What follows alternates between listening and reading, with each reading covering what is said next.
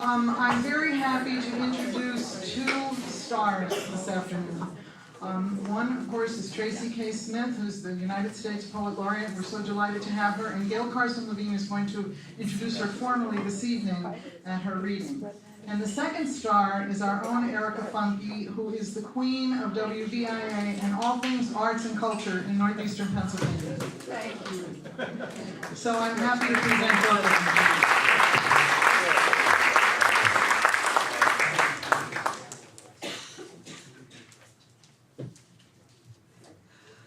One of the things that's such a privilege about being here is that we have a guest like Tracy who, if you haven't yet had a chance to delve into her writing, what a gift we have in our presence. Someone who is so sensitive and works with the language in such a remarkable way.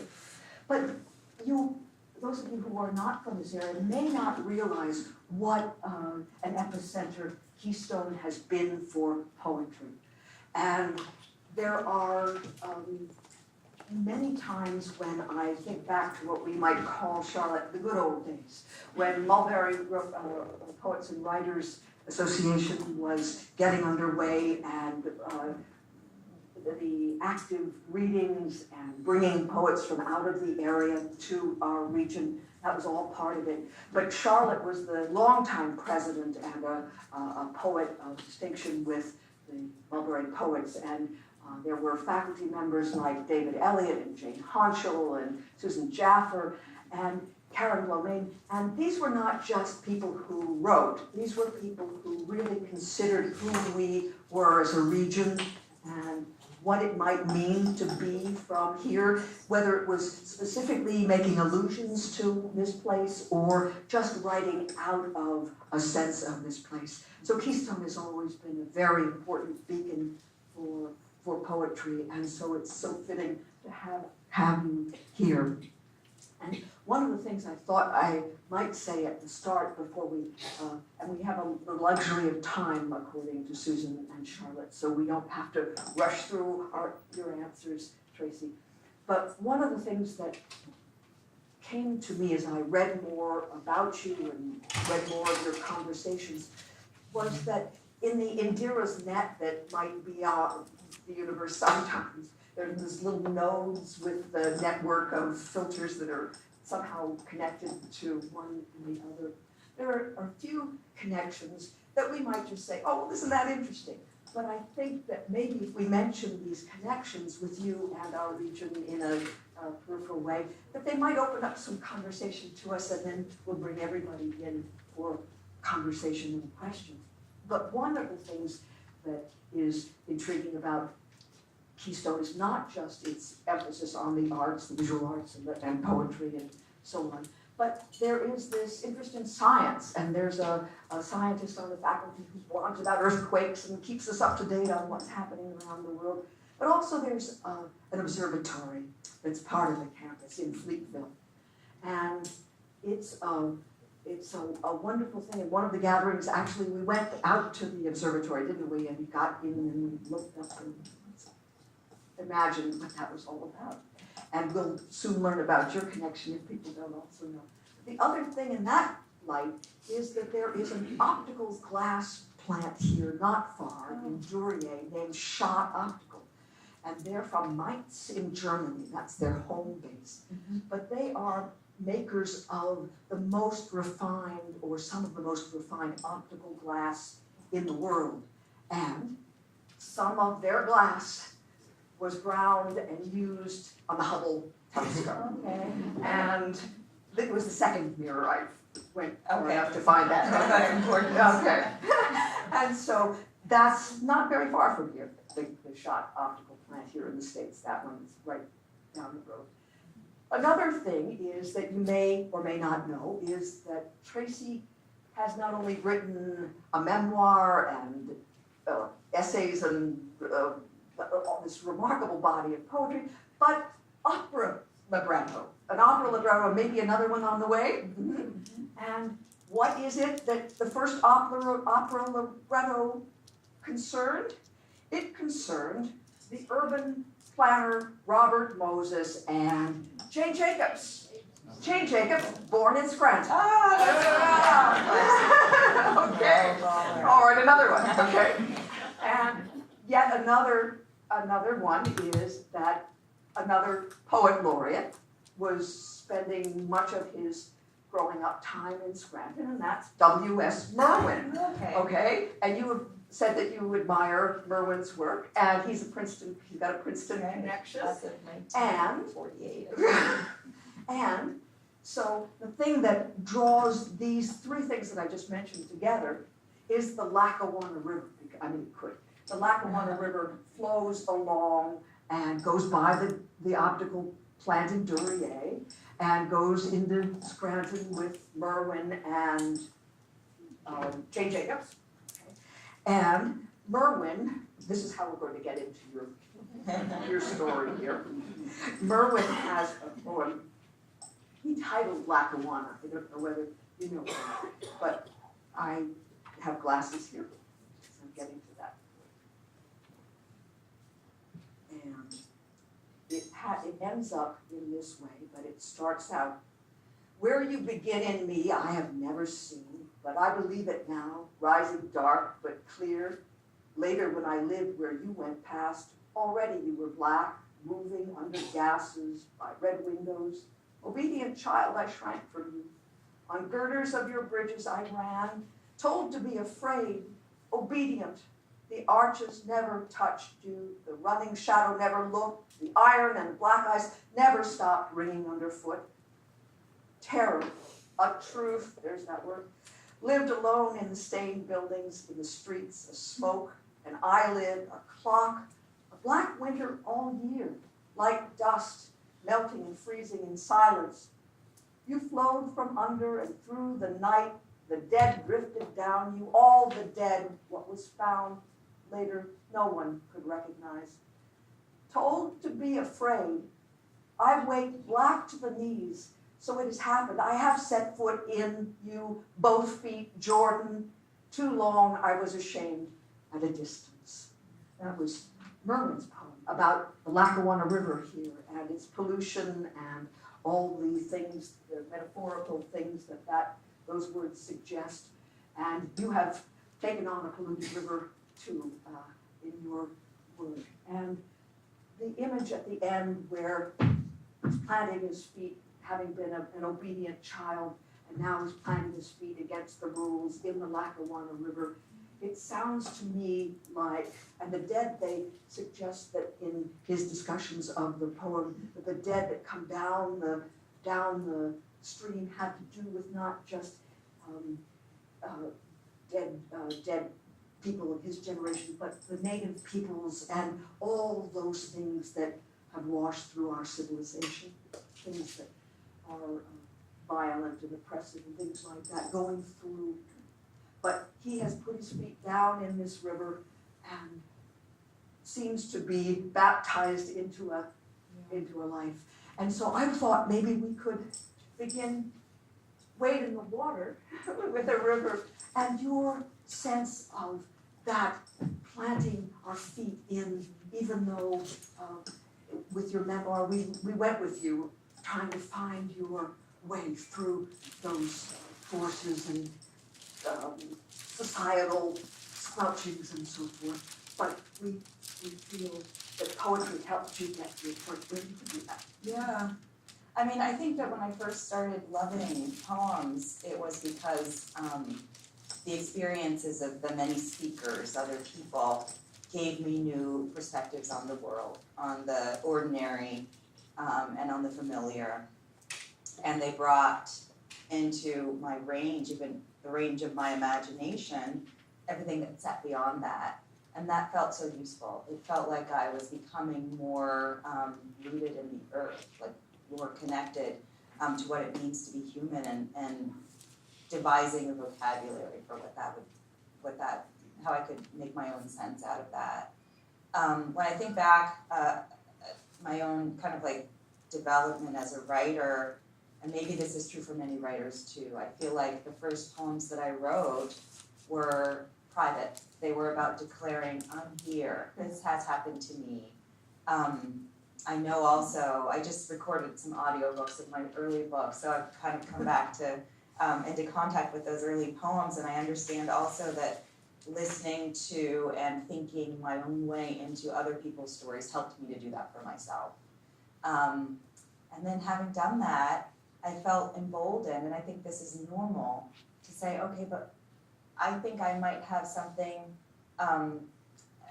there might be something for me in this elsewhere that I don't belong to yet. So I can see how my work has kind of tried to reach out across geographies and cultures. Now, I feel maybe because I'm nervous, like everyone, about where we're going as a civilization, as humans, I feel like it's not so elective or frivolous to reach out and say, I'm curious about this place, I want to make my mark upon this place, but I feel now I'm reaching out saying, oh, can we help each other? Can we do something? Can we maybe forge some sort of a plan or a path forward? So the poems, the most recent poems that I've written are doing that, imagining, science tells us it's not so imaginary, that we are connected. So finding a vocabulary to speak into that in the present, but also in terms of history. It's really interesting to think about the ways that we have used history to fashion a comfortable story of ourselves. We do that in private terms and we do that in national terms. And there's distortion in that. It's usually an after-the-fact thing that says, this is where we are, or this is where we think we ought to be. How can we look backward to justify that? And I'm eager to look back and say, what can I hear in the voices from another period that could correct some of those distortions, or that could suggest a more possible or fruitful or positive view of where we are and where we might seek to go. So the history in this book is, I think of it as a kind of gathering of voices that might just say something that could be, I don't know, a solution. You know, like my questions right now have to do with compassion and love, and so I'm trying to hear what those voices from the past might say that could say, well, we got it wrong in so many examples, but maybe looking at one another differently could help correct things moving forward. If you haven't had a chance to delve into wading water, you have gone to historical texts and found letters, and made them prepared these letters in a way that might seem to indicate that they would be poems on a page, but they really are the voices of people of the past. Yeah, there's a long poem that I think of as kind of a central piece in Wade in the Water, which is called I Will Tell You the Truth About This, I'll tell you all about it. And it's drawn from letters that African American soldiers and their family members wrote to one another and to President Lincoln during the Civil War. And then the other body of primary sources that the poem draws from are depositions that Black veterans, their widows, and their descendants gave after the war, sometimes well into the 20th century, in an attempt to claim pensions that they ought to have been entitled to. But because many of them were enslaved, didn't have birth certificates, didn't have marriage licenses, didn't have any legal paper trail to say, in slavery, this was your name, but after emancipation, you took on this other name. Because of all of those reasons and others, which we can imagine, many of them were denied pensions. And I was invited to write a poem about the Civil War for an exhibition of portraits at the National Portrait Gallery. And so I was just trying to find some material that could inspire me to think about this conflict that I've always felt uncomfortable thinking and talking about. And I thought I'd read these voices and metabolize them somehow and write a poem. And they wouldn't let me do that. The voices, excuse me, they were so present feeling. They didn't feel like they were 150 years old. There were urgent and beautiful turns of phrase that demonstrated just how much rode upon these appeals that people were making to the US government. And then there were statements that couldn't be taken as abstractions about the principles of freedom and humanity. The people who were enslaved were making. I'm willing to sacrifice my son for the cause of freedom and humanity. That reanimated those terms for me. And I thought, all I want to do is gather these voices together into a kind of chorus. And imagine I might sit down with whoever's reading this poem and just listen and kind of be hopefully changed by them. Now you mentioned finding a language to talk about the things that are in your heart. Mm-hmm. And so this is a way of listening to these voices and saying, that's beautiful, and that's the way they express themselves and the importance to them of their families and lives and what they're seeing around them. Mm-hmm. So that's something that instructs you as well as you try to work and find your own language. Not that you copy the language, but that how does it inform your own weighing of your own words? Well, I think that there's something really I'm going to mangle an Emerson quote about, we recognize our own cast-off thoughts and the genius of others. They regard us with a kind of alienated majesty, which I take to mean there's something that we recognize as not only useful but relevant, that we're willing to claim sometimes when we hear it in another voice, something that's not alien to us. That's something that I think is true. And I think that writers are not only listening to ourselves, but we're listening to all these other possible sources that can bring these thoughts back home to us. But I'm also really a believer in the idea that other people's experience are not only fascinating, but necessary to us. The manner in which another person bears witness to what has been real to him or her makes my own reality larger if I let it. And I think poetry is one vehicle for that. What do the people at readings or your students say when they hear these poems or read these poems? Well, I felt compelled to read that Civil War poem a lot. I think it makes human a lot of the questions about, the founding principles of this country, and also some of the anxieties or fears that we have in regarding one another across racial difference. It makes them real and intimate. So I like to read that poem. I've also been traveling a lot this year to different parts of the country who have different relationships to that history. And talking about that poem has been really, it's allowed us to dig into private history. People who have, personal, my ancestor fought in this, this regiment. Or I had a really interesting experience in Kentucky, Glasgow, Kentucky, where I read that and other poems, and a woman came up to me after the reading and said, I have to go home and get something for you. I have these recordings that my grandmother, who lived to be about 104, made of just her reciting old stories and rhymes and things. And thinking about the voices in that poem made me think about her. I want to share that with you. And so I said, okay, I'll wait. She came back about 20 minutes later, and I said, oh, great, you got it. But she was kind of stricken looking. She said, my grandmother was a loving person.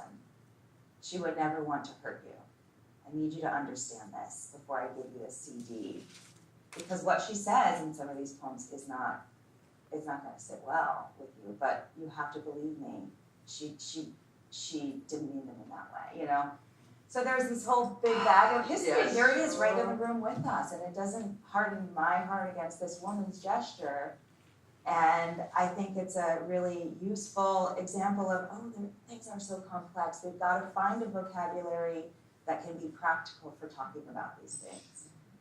We've got to open ourselves up to the possibility that there is something that we share that is good and something that we're implicated by that is not. And it's only through excavating this together that we can get to the other side of whatever this thing is. And I feel lucky, for those kinds of encounters. I don't know what it adds up to yet, but yeah. And truth is in the title, Mr. Ingram will tell you the truth. And of course, we're here gathering at the start of this weekend, and the myth of truth and truth and myth, and the sense of the truth of who we are, that we can be who we are, and you can be everyone. We can be who we are, yet isn't usually exclusive, right? And we find that, don't we? Yeah.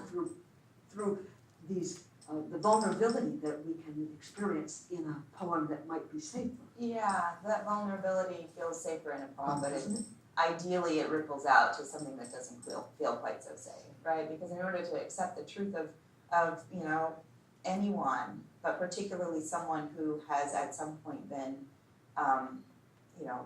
the victim of an injustice or a wrong, I've got to move over and say, I'm going to give that truth room.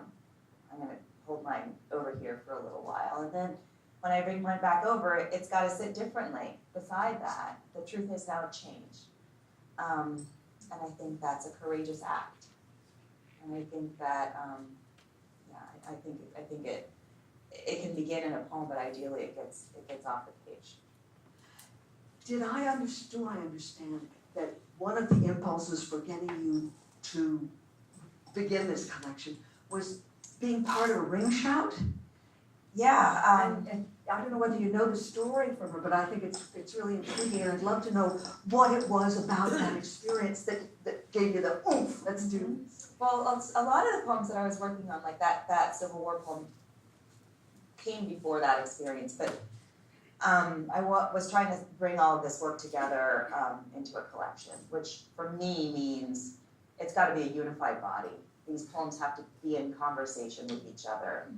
And so while I was working on this, and also working on this second opera libretto, which is thinking about land in the South that has that was purchased by freed blacks during Reconstruction, and that has been held in the same families for generations, and that is so valuable that it is being encroached upon by developers.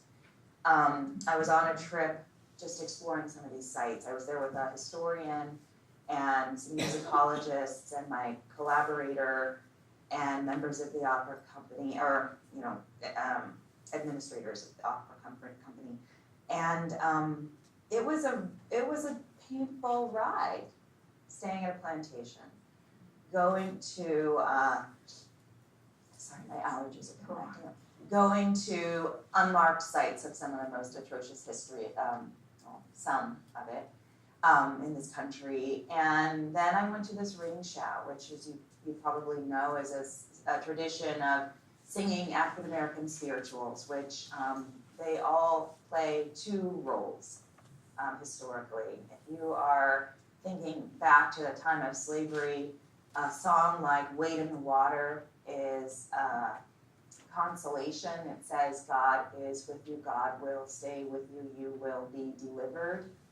But it also says, and by the way, if you're thinking of escaping to freedom, we'll wade in the water so that you won't be as easily trackable by the people who are going to come looking for you. And all of the spirituals play, these two roles. There's the overt and the covert text. And, in a space where that was embodied, I, before the performance even began, one of the performers, I'm going to see her next week, her name is Bertha McKnight, she's a member of the Geechee Gullah Ring Shouters. She greeted everyone she met by saying, I love you, and giving them a hug. And I walked into this space in a mental space that was kind of heavy, and to have this stranger say that to me, it just unlocked so many feelings. And I got back home and I couldn't stop thinking about the magnitude of that gesture. It was restorative.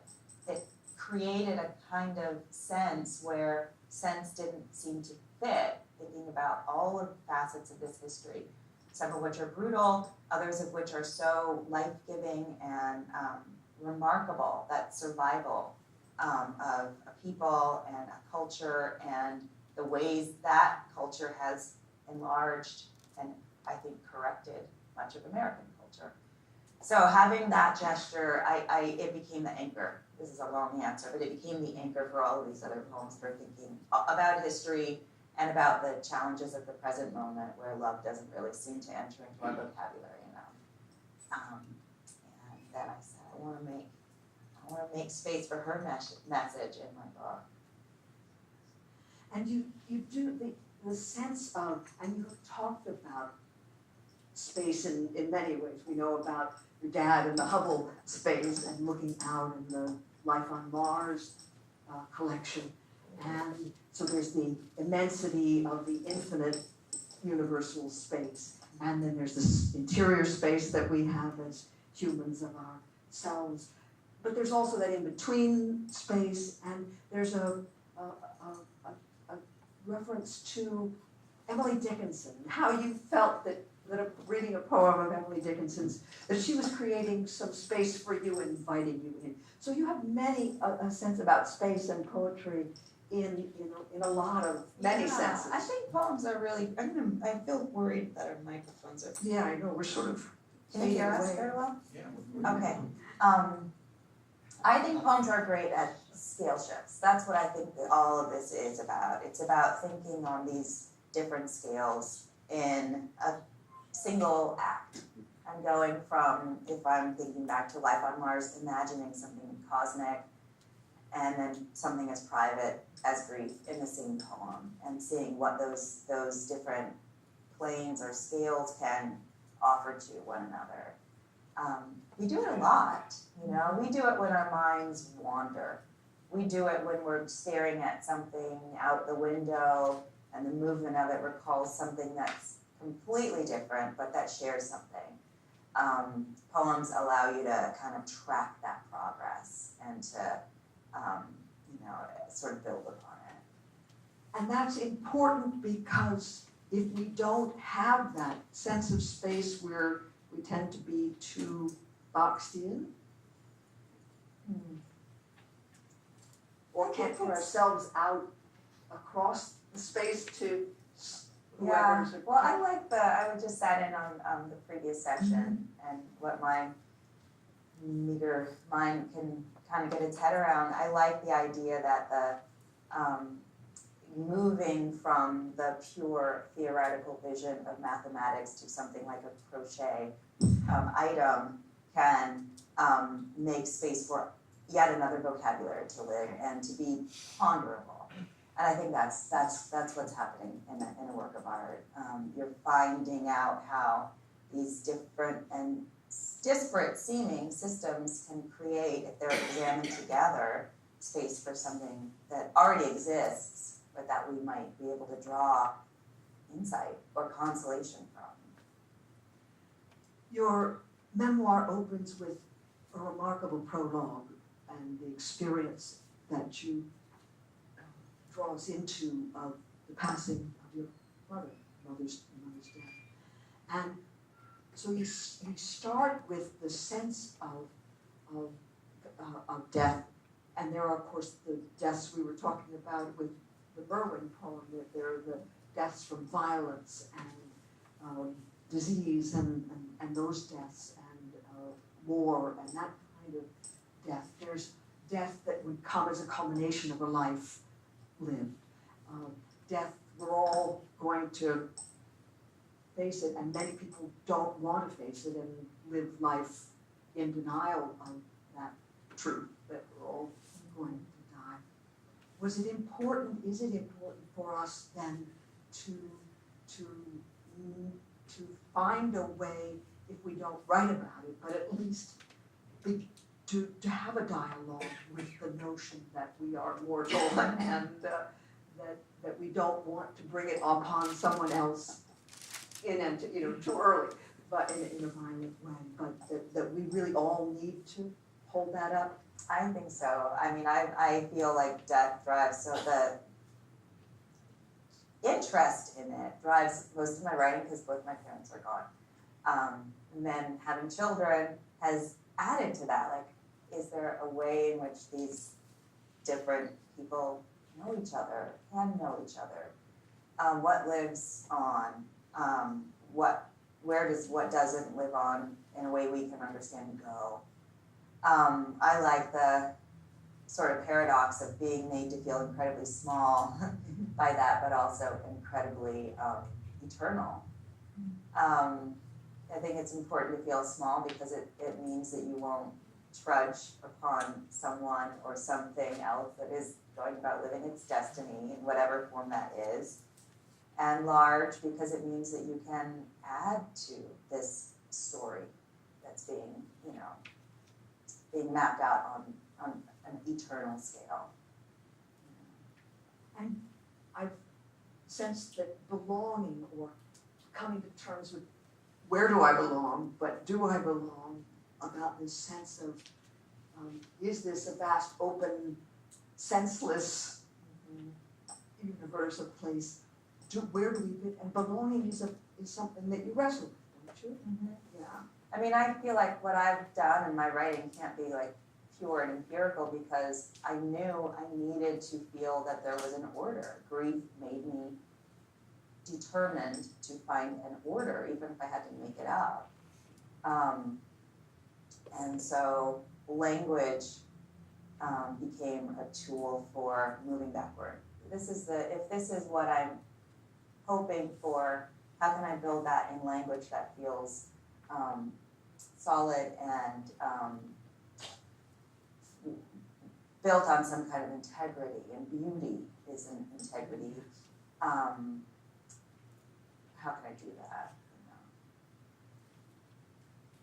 I think that is an unusual way of doing things, right? We want to say stop climate change. It must be possible. How can we work backward from that end game to see what we should do? What about now? You did take music lessons when you were little and you danced, didn't you? Uh-huh. Yeah. And you're writing opera libretti, and naming some story titles, book titles and poem titles referring to music. How about music in the mix of your life? Yeah, I wish I were still practicing. I played the clarinet from the age of 8 to probably 13 or 14. But that's gone for me now. Music is something I live with. I feel in some ways writing this libretto like I'm an interloper in a world that I don't quite belong to, but I have a nice host who's welcoming me. Music is something that, poetry and music are they're family. And the musical aspect of language is something I'm thinking about as I write sentences. The rhythmic qualities of progressions of sentences is something that I use to move forward into an idea. And then I also like the idea that there are features of this other art form that can be effective models for what I'm seeking to do. So a long poem, which I often write in sections, can behave like a musical composition that has different tones and behaviors and goals. Even though it's a unified whole, it's built of these disparate parts or distinct parts. And so I try and use that.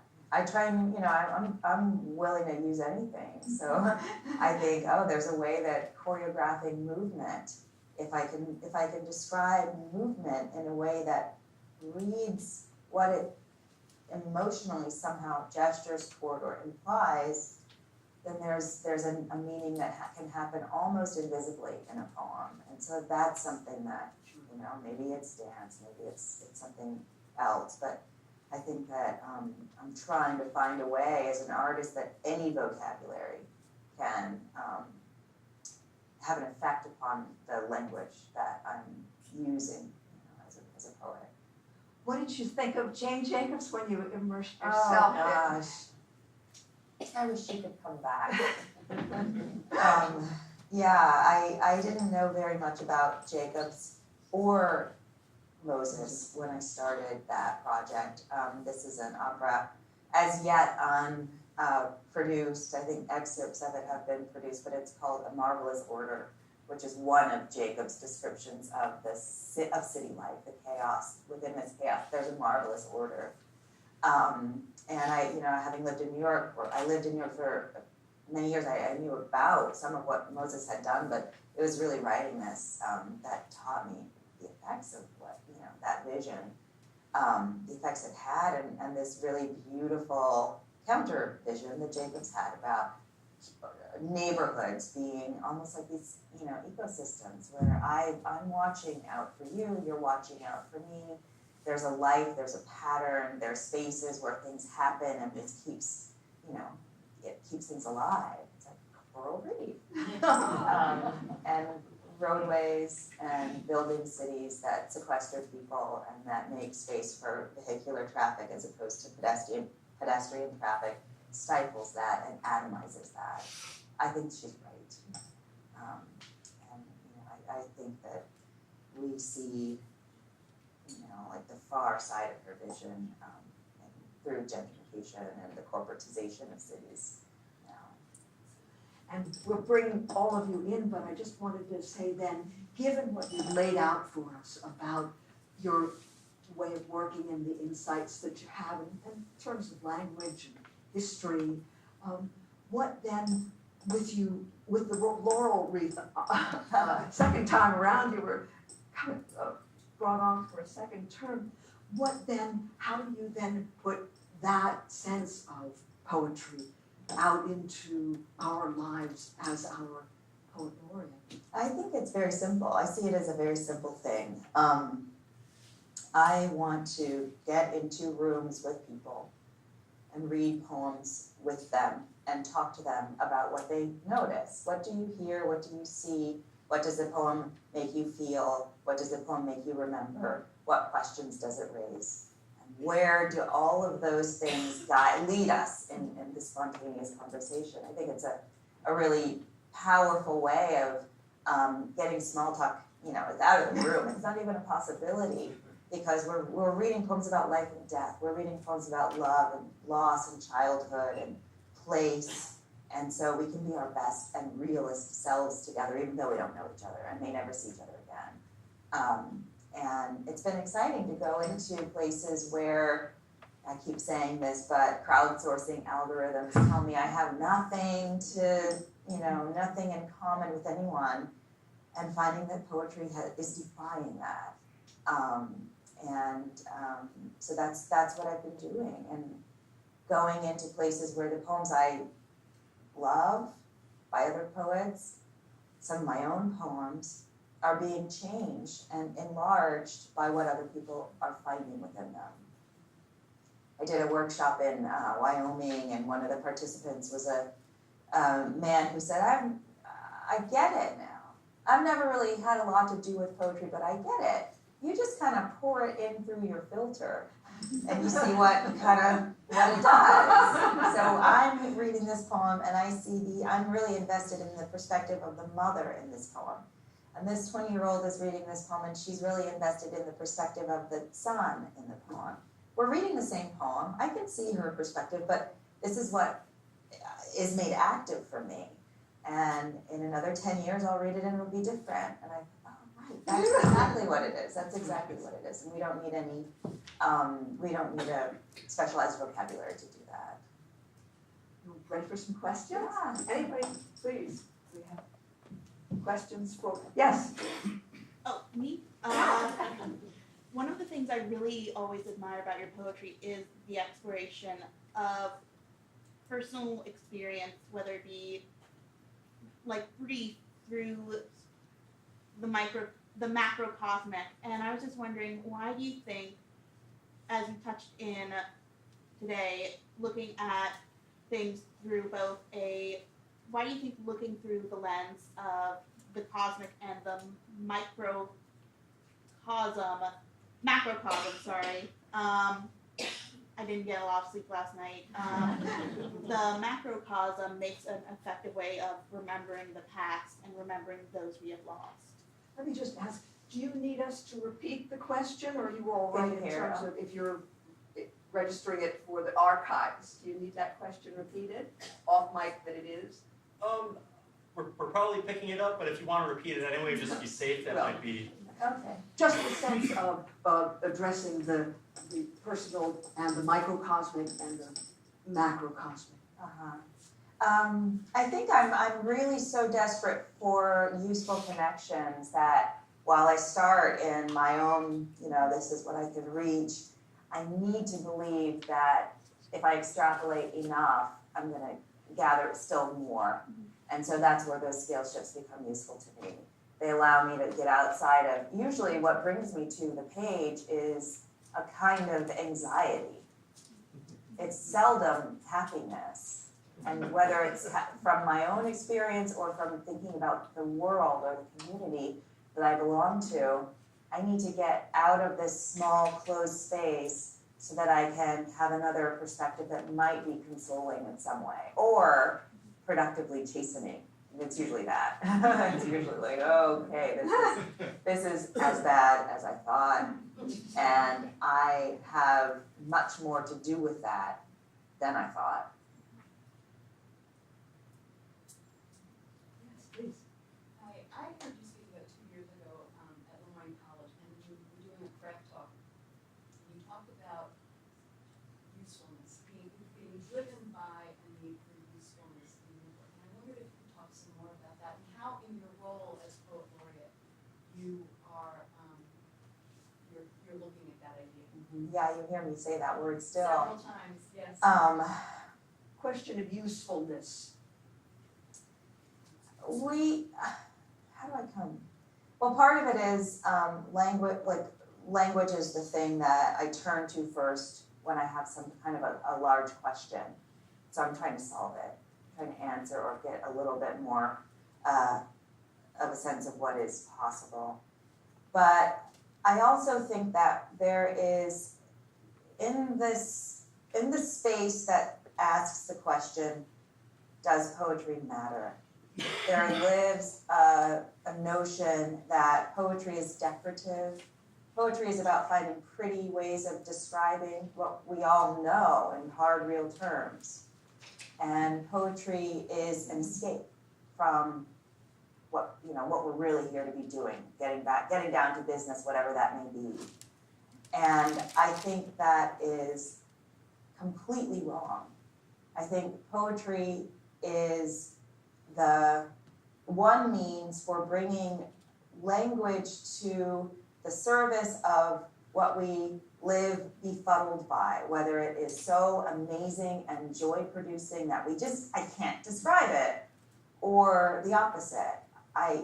This feels so overwhelming, I can't describe it in regular words. I've gotta employ metaphor that takes me to the wrong context, so you can know the scale upon which these feelings exist. And I think that we can't live without doing that. And we can't live full, purposeful, satisfying lives letting people whose job is to sell us things give us the language for that. And so I'm thinking of poems as a means of living. And I mean, what's more useful than that? Right? Thank you. First, I want to thank you for keeping the memory of Jane Jacobs alive. She was a brilliant woman whose brilliance was often challenged by her insight. But I wanted to ask you, I think it's a little off topic, if you've ever had the chance to see Judy Jamieson dance Wade in the Water. Was she a member of the Alvin Ailey dance company? She's the director now. Have you ever seen her dance? Yes. Extraordinary. Sure. I'd be interested in knowing who you love to read, which poets you love to read. There are many of them, obviously, but some of the anchors, the people, I'm gonna just talk into my mic, but imagine I'm looking at me. Some of the people that I turn to again and again, poets like Elizabeth Bishop, whose work, like pouring it through the filter, her work has changed for me so much over my life reading her. When I first started reading her poems, I thought they were so good at describing the world, and that was what they were about. Now I understand that she is so committed to describing the surface of the world because she's got an urge to kind of get past that, be dragged or drawn to what sits beyond that surface, and that is elusive. So I love the need that drives those poems. I'm thinking particularly of her poems At the Fish Houses or Crusoe in England. I also love Lucille Clifton, whose poems are cosmic and they're so precise and deceptively brief, deceptively plain spoken. She was committed to writing about Black life and about the planet and about the universe, all in, like these small, perfect spaces. And so I turn to her work because of the vastness that she's able to manage.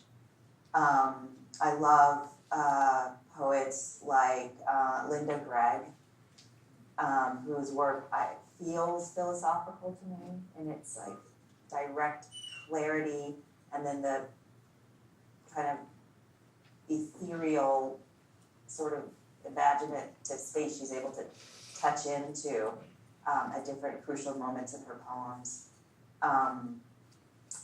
Contemporary writers who I love, well, Gregg is one, but younger writers are really interesting to me. Eve L. Ewing is a poet, and I think she's a sociologist. And her poems are so inventive. She does things in poems I didn't think could be done in poems. And that's exciting to see. It's a long list, but those are just a few. I have a question about your writing librettos. Did you find, I know you talked a little bit about the musicality of language and how that sort of played into your writing of it, but I'm curious whether you found yourself writing in a different mode almost, or style, and particularly whether writing the second libretto feels different from writing the first. Yeah, writing the second one feels very different, partly because I feel like I've done it once and I know what I enjoyed and I know what challenged me, but mostly because that was kind of an adaptation in a way, not quite, but there was a story that my collaborators had already decided that they wanted to tell, and I was charged with writing these scenes in verse. This other opera, which is called Castor and Patience, and that will be produced in 2020 in Cincinnati, is a fictional story that I'm writing it. And so in some ways I feel like I'm writing a play where my characters have recourse to the aria. But I get to think in more narrative terms, and then the really audible poetry happens when the situation urges it on. Are you working with the same composers? No, the Jacobs and Moses opera, the composer is named Judd Greenstein, and this one, the composer is Gregory Spears. And they're very different. I'm not artistic at all, so although I enjoy your poetry very much. I would like to ask a more practical question. What is the job description, if one exists, for the Poet Laureate of the United States? And has your approach to that job been, how has your approach to that job been affected by recent political developments in the United States? The job description is really simple. I mean, it's not actually, it's very vague. to raise the American public to a higher appreciation of poetry. And the only two things you have to do are give a reading in the beginning of your term and a lecture at the end of each term. But the resources at the Library of Congress are great, so you can say, I want to do that, I'll do that, but I also want to go different places. And then they facilitate that. So I've been traveling to these rural communities, and that project is inspired by this, sense of division that characterizes our country. In fact, before I got the phone call from the Librarian of Congress, I had been saying, I wonder if poetry could help us talk to each other instead of yelling at each other or talking about each other. And so I thought, oh, maybe there's a way someone could put together a reading series where writers from, cities and writers from rural communities curate some evenings together. And that's hard to do for, funding that different reading series and institutions that host them have. But then I got that phone call and I said, oh, there's a machine that can make something like this happen. So that's why these rural conversations have been my aim. To say that there's this, the way we think of the country, coastal and urban versus interior and rural, we can zigzag across that in different ways that are hopefully going to be heartening. And as we just alluded to, the fact is that she was asked to take a second term as poet laureate. So is that just start, or how? It starts, I guess I'm in my second term now. The first term ended in April, so I guess this is my second term. It seems like they operate more on an academic calendar, but we're in the second year now. Yes, please. I was gonna ask you, you made a lot of references to being anxious and worried, and I think you answered it just a little bit there, but what are you anxious or worried about? Well, I'm anxious that we seem to be thinking about ourselves first and most emphatically. I'm anxious that the technology that we live beholden to seems like it's really just a vehicle for products and services that we can buy. And it's changing our vocabulary for who and what we are, what we expect of other people, and what we notice in the world. I'm anxious that we don't, national politics, international politics make us into demographics and problem situations rather than people. We're so removed from each other, even in our own neighborhoods. Wealth is something that creates these walls between people, and I travel so much now, I'm probably just tired and cranky, but I'm so annoyed, even though, I'm annoyed by all of the elite status things that we can buy into, so travel, but also the stores that you shop at, you can get elite status, and you start to believe there's something special about you because you can board a plane before another group or class of people. All of this stuff feels very insidious to me, and I worry about that as much as I worry about migration crises and the natural world being devastated. And I have kids, and so I worry harder because I know they're going to be stuck here.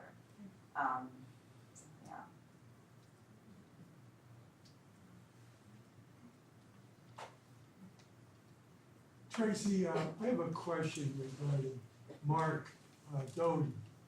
Are you familiar with his work? Yeah, and he was my teacher also. Oh, yeah. Because he has a way, and I see this in some of your poetry as well. And I'm thinking particularly of his book, The Source. And there's that poem where he's traveling in the countryside and he sees the three horses fenced in. and he stops his vehicle and has this incredible, almost primeval, I don't know what you want to say, this connection with one of the three horses that's incredible. And in another poem, he has this thing about a little girl who's looking at a poster at a video store. And there's an elephant coming out of the poster. And anyway, as I said, I see this in your work. Can you address that? I mean, is it something you strive for or happen upon or I see it in Elizabeth Bishop's work too, and I really see how Mark Doty has been influenced by Bishop in really amazing ways that aren't always visible, but that wish to connect to what is just beyond us and how that can bring us to ourselves more fully. Think about like Bishop's poem, The Fish, or her poem At the Fish Houses, where there's a seal out and she describes this little seaside, port, and then the speaker, it's like 40 or 50 lines before she is actually in it. So we know she's not just a narrator, she's like in this, participating. Then there's this engagement that she has with a seal that allows something really big to break into the poem. There's often an animal presence in her poem that allows her to get to the real. And I see that in Mark Doty's poem too, like that poem, The King of Fire Island, about a deer that I think only has 3 legs. I think that it has something to do with this idea that one of the things that art or poetry in particular is seeking to restore us to is the thing that lives outside of what we can say, and the thing that lives outside of the version of ourselves that we've built, at whatever remove from what we used to belong to, whatever that remove might be. And maybe that might have something to do with what these other presences that we can only connect to non-verbally.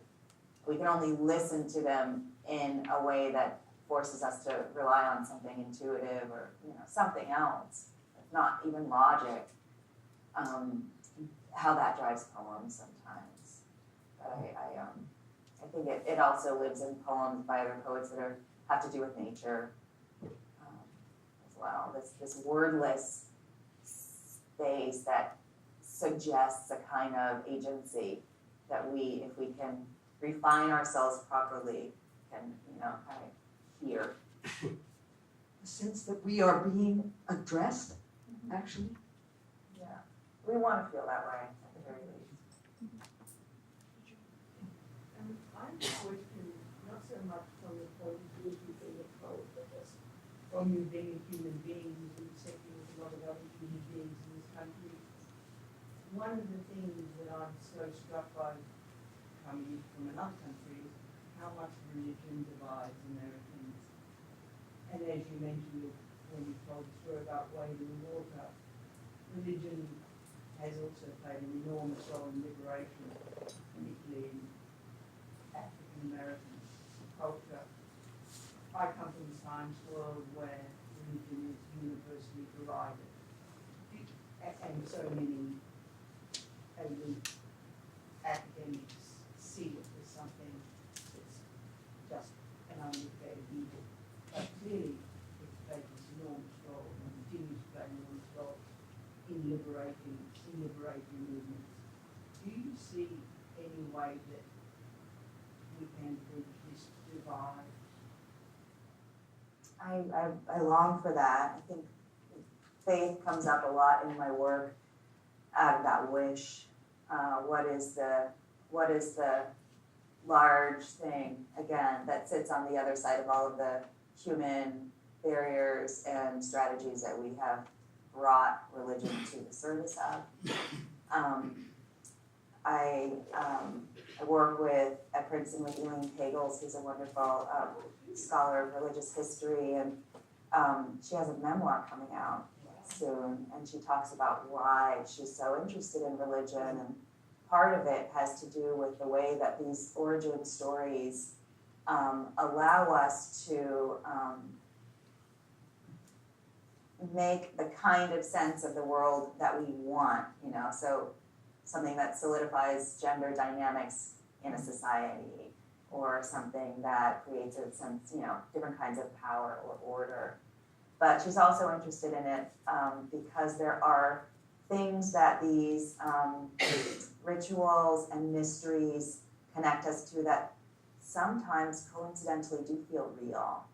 And what they do when they're not fettered by politics is remind us that we're in this together, right? Your suffering and my suffering make us part of something together. Your receptiveness to, the strange or the large means that we are small together in the presence of something else, right? I'm veering from her language to mine, but I feel like there's a way that religion without dogma is, I think, incredibly beautiful and humbling.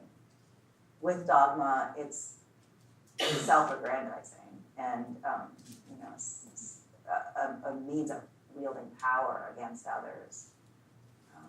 Poetry, I think, has a lot to do with the humble version of that, because you're writing toward that wordless thing that you believe is real.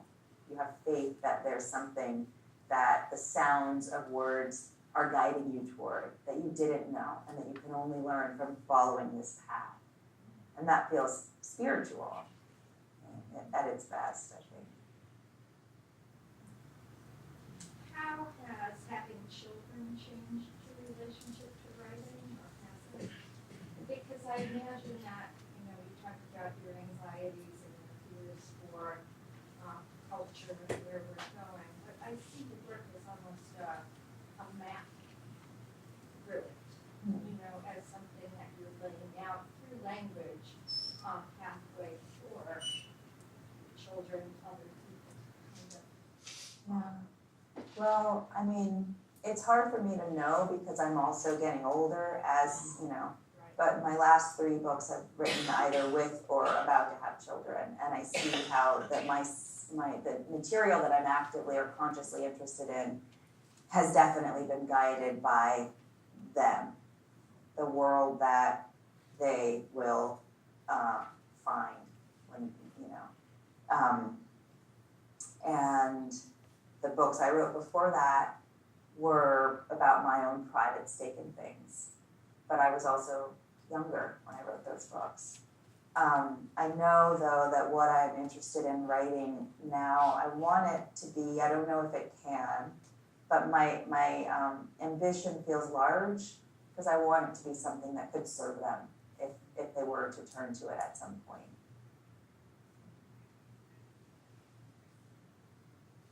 So I loved your most recent book, but it was something that took me a long time to read because I found that the pieces were so focused that I would read a poem and it would kind of hit me in the chest, and I wouldn't be able to go on to the next one. I have to walk away and then come back. So my question is with your process, do you think you know what you're going to write about, or does it come and find you? It comes and finds me, and if I think I know, I've got to find a way to get to a place where I don't quite know. What happens for me with books is that I just try and tell myself I'm writing poems, individual poems, for a long time. And then, for me, the magic number, if I can gather up all these individual poems, and if I have about 53 pages, then I can say, all right, maybe I'm working toward a book. What are these things saying to each other? Now, it's really not quite an accident. They are saying things to each other because I wrote them during a finite period of time. And so there are questions that come up again and again, or themes that poems seem to be obsessed or interested in.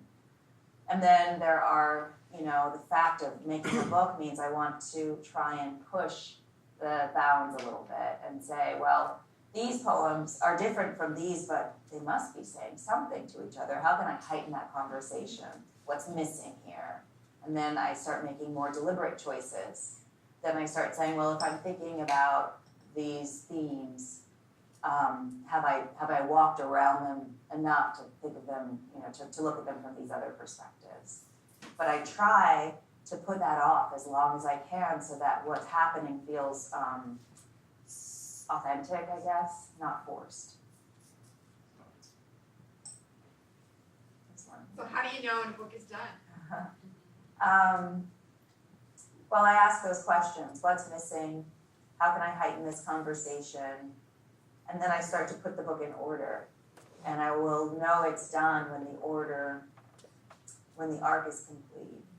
So define for me how you order them. Well, the first thing I do when I'm about to try and do this is make these piles of things. These are the poems that are consciously about this other thing, about this other thing, and this other thing. It's boring to make a book where you just do that. So then I say, well, this thing is more interesting if we think about it after we've gone through these other questions. And I try and map out a journey for a reader. That's really the first time a reader becomes important to me, is when I think, where am I taking this person? And then I'll think, what's the first poem in the book? What's the last poem in the book? What are the rough markers of that journey?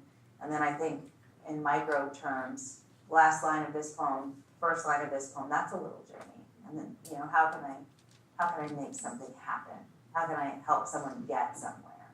And when I feel like I've gotten to the best order I'm capable of, then the book feels done. Lots of us love the old spiritual wade in the water. The music just pulls you into it. What about it made you choose it as the title of your works? That troubling of the water. Trouble as a promise and a dark possibility too, that something is getting stirred up, complicated, muddied, on its way to being clarified. I liked that a lot. And I liked that song when it was performed at that ring shout.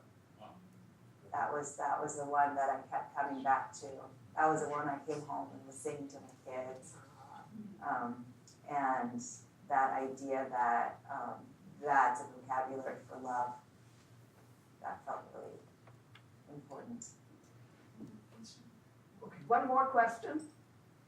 Are you familiar with the work of Rhiannon Giddens, the singer-songwriter? No. She's gone back and made use of the letters and so forth from the Civil War and the antebellum period and turned them into beautiful, haunting songs from slave mothers to their daughters and so forth. I just wondered if you had a comment on her, but I will soon. Thank you. Okay. Do you want to? I'd just like to thank Thank you.